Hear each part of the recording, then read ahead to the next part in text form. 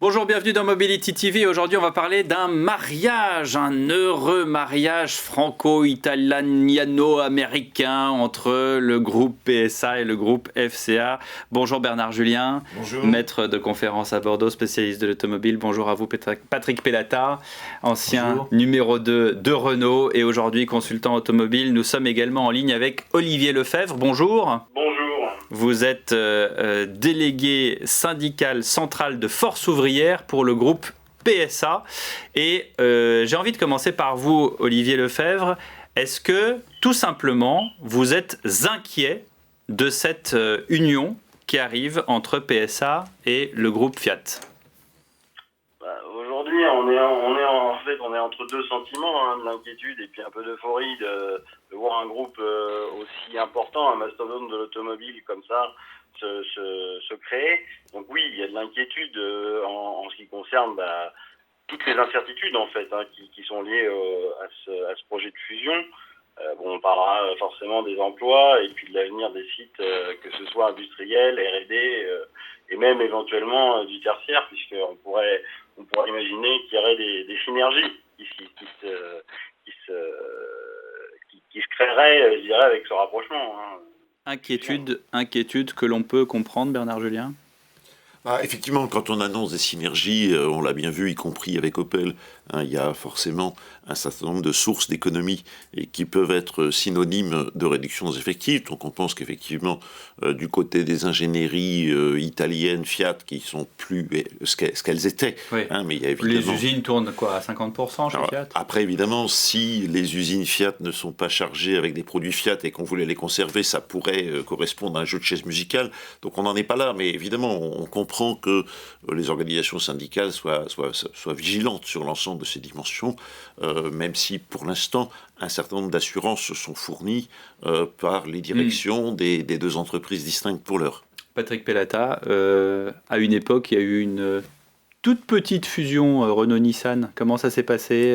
Alors, c'était pas exactement la même chose parce que les sites de production n'étaient pas, on va dire, dans la même zone géographique, mais comment ça s'est passé à l'époque et est-ce qu'on peut faire un corollaire ? Oui, c'était pas une fusion, c'était une alliance. Donc c'est plus compliqué puisque ça marche avec consensus. On est dans le même bateau. Oui. Voilà. C'était très complémentaire au niveau des géographies et des gammes. Donc il n'y a pas vraiment eu de problème. Il n'y a pas eu de fermeture d'usine. Non, il n'y a pas eu de fermeture d'usine du tout. Peut-être qu'il y aurait dû. Il y en a eu au Japon. Par contre, au Japon, il y a eu 3 usines qui ont été fermées, mais qu'il fallait fermer indépendamment de Renault. Ouais. C'est pas à cause de Renault, c'est simplement qu'il fallait les fermer. Et il y a eu pas mal de synergies qui ont été créées, ça c'est une évidence, et je pense que là, dans l'affaire entre PSA et FCA, il y a beaucoup de synergies possibles. Il y a celles qui ont été annoncées, 3,7 milliards par an, et dans 4 ans, il y en aurait déjà 80% de ces 3,7 milliards, donc pas loin de 3 milliards qui seraient déjà faites. C'est bien. Et il y a aussi après, je pense, des opportunités parce que PSA a des plateformes modernes, bien faites. C'est pas le cas de Chrysler, Fiat, et donc je pense qu'ils vont pouvoir les utiliser. Et ça, normalement, ça devrait apporter du travail du côté PSA, et donc du côté français. Je pense que il y a des endroits où ils vont pas bien ni l'un ni l'autre. Ils sont pas en Russie, ils sont pas en Inde, ils sont faibles en Chine, et donc là ils ont des marques qui vont peut-être pouvoir utiliser mieux. C'est-à-dire en utilisant de la technologie de PSA, les plateformes de PSA et peut-être certaines marques de FCA, qui en a beaucoup, pléthore, peut-être trop. Et donc je pense qu'il y a pas mal de synergies. Personnellement, je pense que c'est ce qui devrait permettre. On dit tout le monde a dit ça fait le 4e constructeur mondial, mais ça ferait surtout, si c'est réussi, un constructeur à base quand même forte française qui serait devenu mondial. Parce que tant qu'on n'est pas aux États-Unis, on n'est pas mondial. Donc Renault plus Nissan, c'est mondial. Et PSA plus FCA, si ça réussit, c'est mondial aussi. Pour un pays comme la France qui fait que 2% des marchés mondiaux, si on avait un pied fort dans 2 constructeurs mondiaux, ce serait quand même pas mal. Donc je dirais les perspectives pour moi sont des bonnes perspectives. Maintenant, il y a toujours de la peine quand on fait des choses comme ça. Il y a du travail, il faut du temps, il y a des risques.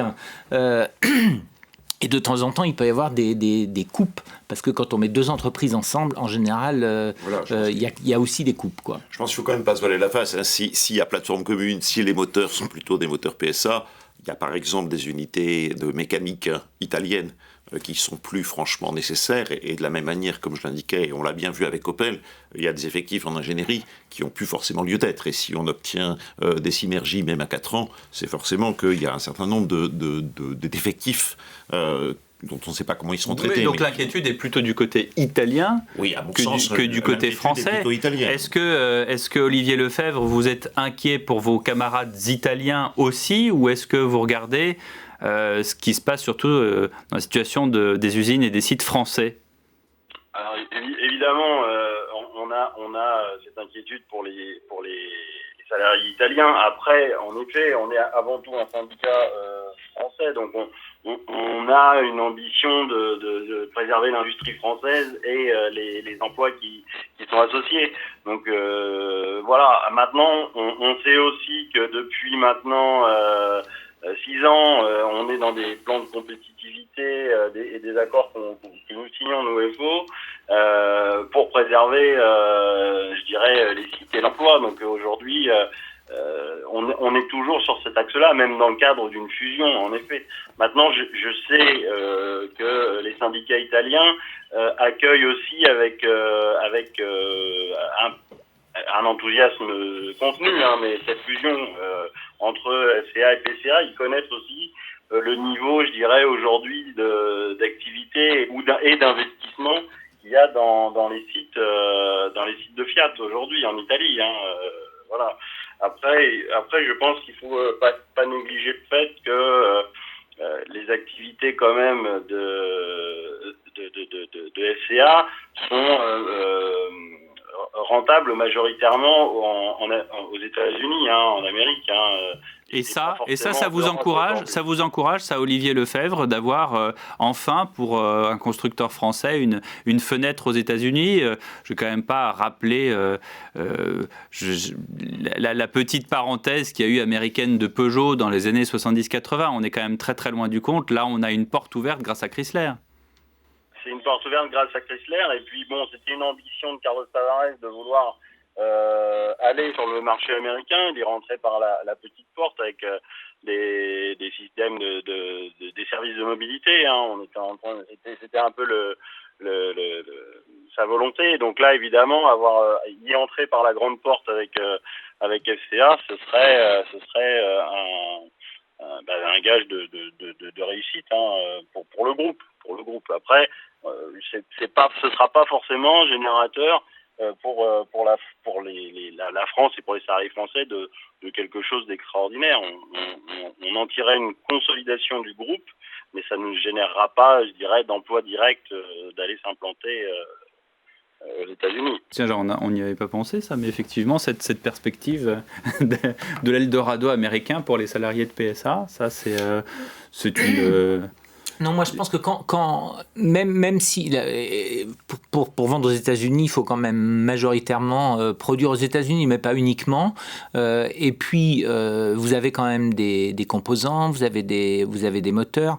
Encore une fois, l'avantage, je pense, moi, du point de vue de la France, et donc des salariés français, c'est quand même que PSA a une bonne avance technologique par rapport à Chrysler. Fiat Chrysler a investi très peu en recherche et développement. Ouais. Ils n'ont pas d'électrique, ils ont un bricolage sur la Fiat 500. Ils ont des très gros moteurs. Ils n'ont pas de plateforme moderne. Ils ont pas des moteurs bons en consommation. Ils sont les plus mauvais du marché américain dans ce qu'on appelle le café américain. Par rapport à Ford et AGM. Ah oui, c'est le plus mauvais américain. Donc il y a des besoins d'amélioration importants avec des technologies qui vont pas venir de Fiat, qui vont venir de PSA. Et ça, en général, ça entraîne des emplois dans l'ingénierie, sur les composants, et voire sur quelques voitures de petits volumes qui seraient exportées de France vers ça veut dire qu'on pourrait exporter aussi des ingénieurs, ça pourrait... Non, on exporte leur travail, pas les ingénieurs aussi. Des ingénieurs aussi. Oui. Mais après, c'est infinitésimal, quoi. C'est vraiment une ou deux personnes. Parce que entre Renault et Nissan, par exemple, il y a 35 personnes qui ont fait le voyage, c'est tout. Ouais. C'est pas. Mais par contre, du savoir-faire, des échanges entre les personnes, ça, il y en a eu énormément, bien sûr. Bernard. Je pense qu'effectivement, Olivier Lefebvre avait raison de souligner que ça consolide PSA. Parce qu'effectivement, ça donne accès au marché américain, ça permet d'amortir les frais de R&D sur des volumes plus importants et sur des volumes stabilisés par le fait que vous êtes sur plusieurs marchés différents. Donc effectivement, le travail qui est fait sur les plateformes, le travail qui est fait sur la motorisation, le travail qui est fait sur l'électrification, le travail qui est fait sur les technologies, il trouve à s'amortir sur des volumes plus importants qui seront des volumes à la fois européens et américains. Après, évidemment, la question que posait Patrick Pellata est juste, c'est qu'est-ce qu'on va faire de cet ensemble-là et de sa consolidation en termes d'investissement ? Est-ce qu'il s'agit de remonter des marques qui aujourd'hui sont quand même en assez piteux état, je pense à Fiat, mais je pense aussi à certaines marques américaines comme Dodge ou Chrysler, ou bien est-ce qu'on va privilégier une expansion internationale qui est pour l'instant un peu courte des deux côtés du reste, puisqu'il y a le dossier russe, il y a le dossier indien, il y a le dossier chinois. Oui, mais... donc la question aujourd'hui qu'on peut se poser, c'est qu'est-ce qu'on fait de l'ensemble et quelles vont être les priorités stratégiques qui vont nous être annoncées, sachant que... Est-ce que comme dans un mauvais roman d'anticipation, le risque, ce serait pas de faire justement 3 modèles communs qui seraient communs à toutes les marques, parce que ce sont les seuls qui sont rentables? Je pose la question parce que, pas plus tard que ce matin, il y a quand même eu un édito des Échos qui disait que Renault allait sans doute se séparer de son haut de gamme, parce que, non pas qu'il n'est pas rentable, mais que les volumes ne sont pas suffisants sur le business model de la marque entière. Alors que Fiat, il y a un haut de gamme qui est là, il y a Maserati, il y a Ferrari, il y a des marques mythiques. Ferrari est plus vraiment... Non, mais Ferrari, bon d'accord, mais c'est quand même... ça suit le groupe FCA. Chez FCA, il y a des voitures qui se vendent bien et cher, mais qui produisent énormément de CO2. Ça, c'est l'un des risques importants de ce mariage. Chez Ram, qui sont des énormes pick-up, là, V6 ou Ram, V8, et puis chez Jeep... V6, c'est le bas de gamme. C'est l'entrée de gamme, le V6. Oui. Et en plus, encore une fois, ils sont réputés pour être très vroom-vroom, mais très mauvais en émissions CO2 et FCA mais paye... Parce que jusqu'à présent, parlons français, les Américains s'en foutaient, clairement. Non, c'est pas vrai, parce que je vous dis, c'est les plus mauvais de tous les constructeurs qui vendent aux États-Unis aujourd'hui, Fiat Chrysler. Donc ils sont très décalés. Je pense que il y a moyen de faire avec ces marques-là des choses bien, mais il faut aussi aller dans le sens que les sociétés veulent. Et pour ça, il faut réduire les émissions de CO2, il faut avoir du confort. Non, mais justement, sur les produits, ce que je disais, est-ce que ça va être une compacte, un SUV et puis un troisième modèle? Non, ils ont d'abord, ils ont beaucoup d'usines différentes. Il y a des plateformes qui vont s'éteindre, mais petit à petit, entre-temps, elles vont toujours avoir des voitures. Non, je pense pas. Il faut garder quand même l'identité des marques, c'est-à-dire on peut pas, parce qu'il y a une fusion, parce qu'il y a un mariage, faire des voitures qui vont toutes te ressembler, alors que justement les frères Elkann ont eu l'excellente idée de ressusciter la Fiat 500, visiblement c'est la seule voiture qui marche en termes de vente et de volume dans le groupe FCA. Jeep a une identité de voiture baroudeur, voiture de l'armée, tout ce que vous voulez. Enfin, on peut citer des exemples comme ça à l'infini. Il faut pas en avoir trop des marques, parce qu'au bout d'un moment, ça peut devenir compliqué. Là, vous faites... référence à ce qui s'est passé en Angleterre des années 70-80. Oui, ou chez General Motors. General Motors, là, ils ont vraiment beaucoup de marques. Et des petits volumes quand même. Alfa Romeo, ça doit faire 45 000 voitures par an. Voilà. C'est pas avec 3 voitures. Alors qu'on nous avait annoncé en grande pompe le retour d'Alfa, la sportivité, l'émotion. Ça, c'est des problèmes qu'il va falloir traiter avec un peu de commonalité sur les plateformes et beaucoup de différences pour le client à la fin. Ça, c'est quelque chose auquel on est habitué. Ça a des limites, cet exercice-là, et je pense que ces limites-là vont être challengées et dans le travail. Jusqu'à ce que, et ça rejoint ce que dit Olivier Lefebvre, c'est-à-dire qu'à un moment donné, on supprime des gens, c'est-à-dire qu'il y a trop de gens. Il y a trop de marques. En tout cas, il y a probablement trop de marques, ça veut dire qu'il y a trop de personnes sur les sites. Moi, je soulignerais quand même qu'en 2014, on a un plan Marchionnet qui prétend que dans chacune des marques, il va mettre X produits. Et puis, en fait, on voit se passer les années et aucun des produits. L'essentiel des produits n'a pas été créé, quoi. Donc, évidemment, la question aujourd'hui, ça va être de savoir si on maintient ce cap-là, ce qui revient à tuer de facto un certain nombre de marques qu'on a décidé de garder malgré tout. Donc, c'est le problème d'Alpha, c'est le problème de Chrysler, c'est en partie le problème de Dodge. Et donc, la question de savoir quel va être le cap qui va être pris en termes de nombre de marques et de revitalisation de celles-ci est une question qui est peut-être la première des questions. Sachant que, comme nous le disions tout à l'heure, ça n'est pas la seule question. Oui. Ensuite, il y a la question du cap techno, il y a la question des investissements dans ce domaine-là, et puis ensuite, il y a la question des investissements à l'international, parce que, une nouvelle fois, aux États-Unis, ça va, en Europe, ça va, mais ailleurs, c'est quand même extrêmement faible. Et il y avait le Brésil qui s'est affaibli considérablement, en partie pour les mêmes raisons, parce que les investissements n'y ont pas été maintenus, et qu'aujourd'hui, vous vous retrouvez avec une marque Fiat qui vend moins au Brésil que Renault, qui était pourtant très très loin derrière autrefois. Alors c'est complété en partie par Jeep, mais le dossier FCA n'est pas un très beau dossier en l'état actuel des choses, pour les raisons de déficit de techno qu'évoquait Patrick Pellata, mais aussi parce qu'au niveau du produit, c'était déjà le cas du temps de Chrysler Daimler, mais il y a quand même un gros problème. Olivier Lefebvre, le fait qu'il y ait trop de marques, c'est un peu comme un poulet pour 6, mais il y a 20 personnes à table, c'est ça l'idée ? Pour compléter ce que vous disiez, en fait, c'est que Carlos Tavares a quand même réussi à redonner une identité aujourd'hui, sous son impulsion. Je dirais que le groupe a réussi à redonner une identité à chaque marque. Aujourd'hui, on avait quand même des voitures qui avant, une C3, une 207, c'était pas forcément. Maintenant, il y a une identité qui existe, même avec les Allemandes, où en fait on fait. C'est des voitures qui sont, je dirais, sur plateforme aujourd'hui française, les Opel, mais sur lesquelles on a conservé une identité d'une marque allemande forte. Donc, je pense qu'on peut conserver quand même à avoir des identités propres à des marques, mais en effet avec la communalisation de plateformes et puis d'éléments, je dirais, qui ne sont pas à la perception du client. Mais en effet, ça a ses limites. Il y a un moment, il faut aussi arriver à faire des choix, parce que, et pour revenir sur le sujet de l'international, je pense que le groupe, en tout cas, ne pourra pas mettre de l'argent partout. Il y a quand même des défis en termes de technologie. Il faut continuer, je dirais, à affronter la norme café, et puis les objectifs de 2050, qui sont peut-être aujourd'hui on les regarde comme étant quelque chose de loin. Les objectifs climatiques. Ils ont forcément une incidence dans la fusion entre PCA et FCA. Ça impose des choix d'investissement, et évidemment, nous en tant que syndicat, aujourd'hui on est vigilants à ce que ces choix d'investissement ne se fassent pas au détriment de la France. Voilà. Eh bien, merci beaucoup d'avoir participé à cette émission, Olivier Lefebvre. En conclusion, Patrick Pellata et Bernard Julien.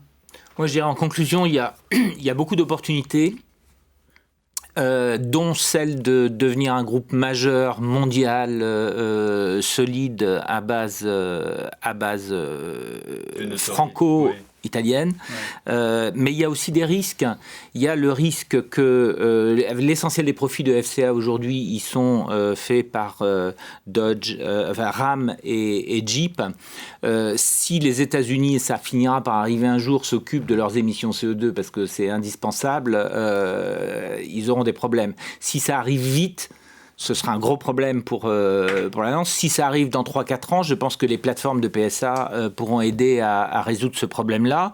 Il y a un énorme problème dont on n'a pas parlé, mais c'est un peu... en anglais The Elephant in the Room, là, c'est le procès de General Motors sur FCA quand même, qui a été estimé par des analystes avec un coût potentiel de plusieurs milliards de dollars, et ça peut aller jusqu'à 15 milliards de dollars. Un autre trou dans la caisse. Je ne sais pas si c'est solide, ces estimations, c'est vraiment, on est dans du juridique américain profond, mais l'accusation qui est portée, elle est extrêmement grave, et ça, je pense que la direction générale et Carlos Tavares de PSA se préparent à se protéger de ça, parce que ça, c'est quand même un gros risque. Donc le retournement du marché américain, le fait que le CO2 devienne important aux États-Unis, ce procès, la complexité quand même des marques et d'un ensemble comme ça, c'est des risques solides, mais un bon entrepreneur, il a des grandes opportunités et il pense qu'il va pouvoir gérer les risques. C'est ce qu'on appelle, voilà, justement, j'allais y venir, l'évaluation des risques. C'est un peu le coût du ravalement inattendu quand on vient d'emménager dans un immeuble. Bernard Julien, en conclusion ? Oui, moi, ce que je dirais, c'est qu'effectivement, les opportunités sont probablement plus importantes que celles qu'on pouvait voir se dessiner avec Renault, pour plusieurs raisons, mais une des raisons importantes, c'est qu'il semble que le deal soit beaucoup plus favorable à la partie PSA que celui qui se dessinait, et que Carlos Tavares ait les moyens de tenir les rênes de cet ensemble, ce qui n'était pas le cas dans l'autre cas. Alors ensuite, effectivement, les risques viennent d'être soulignés. Moi, j'en ajouterai un quand même, c'est qu'on a un actionnariat côté FCA qui peut être relativement pingre et hésiter à faire les investissements très lourds dont il y a besoin aujourd'hui, à la fois pour reconstruire les marques, pour construire des technologies pour l'avenir, et puis pour avoir une empreinte mondiale qui soit un peu plus mondiale que celle que l'ensemble a jusqu'ici. Bon, en dépit de tout cela, on va quand même leur souhaiter un bon mariage, et qu'ils vivent longtemps et qu'ils eurent beaucoup d'enfants. Merci beaucoup à vous deux, et merci à Olivier Lefebvre d'avoir rejoint cette émission.